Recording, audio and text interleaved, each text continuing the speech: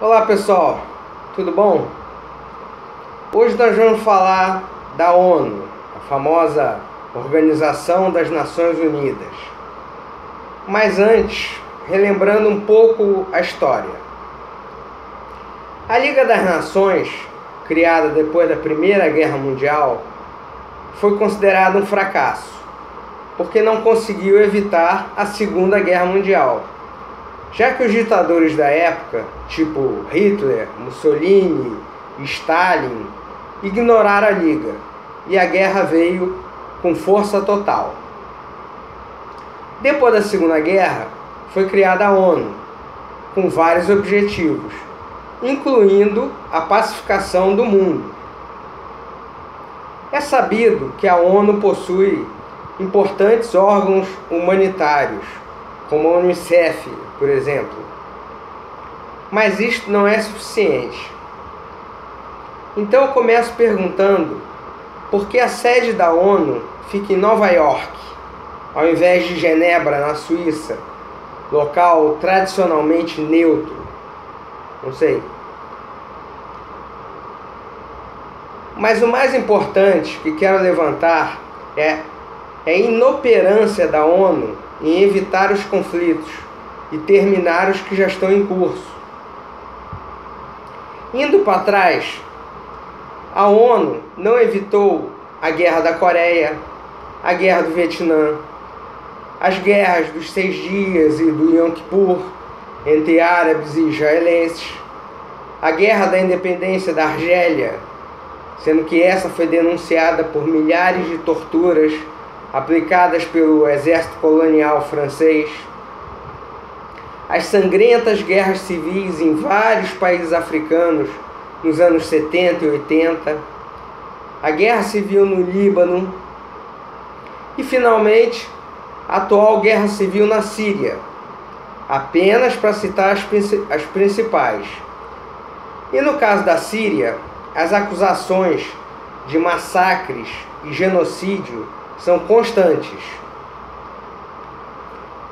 principalmente contra civis, e o número de mortos ultrapassa os 400 mil, além de milhões de refugiados. E qual o motivo de toda essa ineficácia da ONU em conter conflitos? Simples.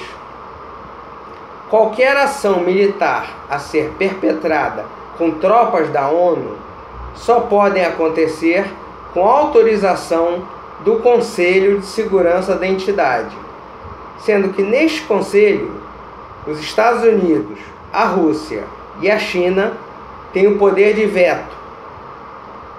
Então, na prática, o que ocorre é que, se não há interesse de apenas um desses 3 países em conter o conflito, a ONU simplesmente cruza os braços, faz discursos inócuos de paz e a guerra continua. Ora, o correto não seria que todos os países fizessem parte do Conselho, não houvesse poder de veto e eventuais ações da ONU fossem tomadas por votação de maioria simples dos países? Mas não é assim que funciona. E por quê? Os 3 com poder de veto possuem arsenais de armas nucleares. Em última análise, podem virar a mesa no momento que acharem conveniente, e o resto abaixa a cabeça, mesmo que sob protesto. Finalmente, o que dizer da situação Israel-Palestina? Um litígio de 70 anos e cada vez mais incentiva o terrorismo, ou seja, a falta de um acordo definitivo dá, entre aspas, argumentos para os grupos extremistas islâmicos continuarem e aumentarem cada vez mais os seus ataques, tanto em Israel quanto em países europeus e no próprio Estados Unidos, aliado tradicional de Israel.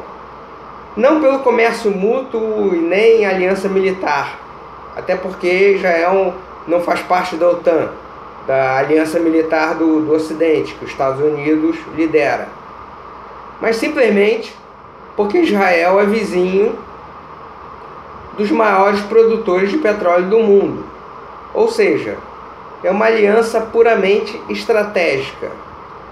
E o dia que o petróleo acabar, os Estados Unidos retirarão todo ou parte do apoio a Israel, até para diminuir o atrito deles com a Rússia, que vende armas para os países árabes.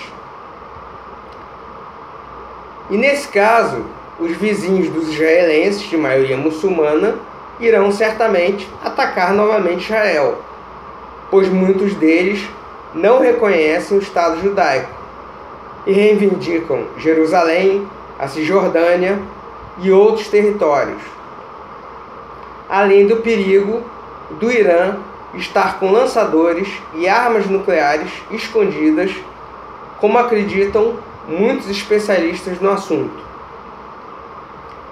Então, resumindo, ou se recria a ONU em outros moldes menos dependentes dos interesses de poucos, ou as guerras e o terrorismo nunca terão fim. E as maiores vítimas continuarão a ser sempre os civis, as crianças, os idosos e os feridos ou mutilados, além dos desabrigados e refugiados, muitas vezes jogados à própria sorte, junto com as suas famílias ou com o que sobrou delas. Este é um relato triste do mundo que vivemos, mas infelizmente é real. Está no noticiário todos os dias há décadas. Um abraço.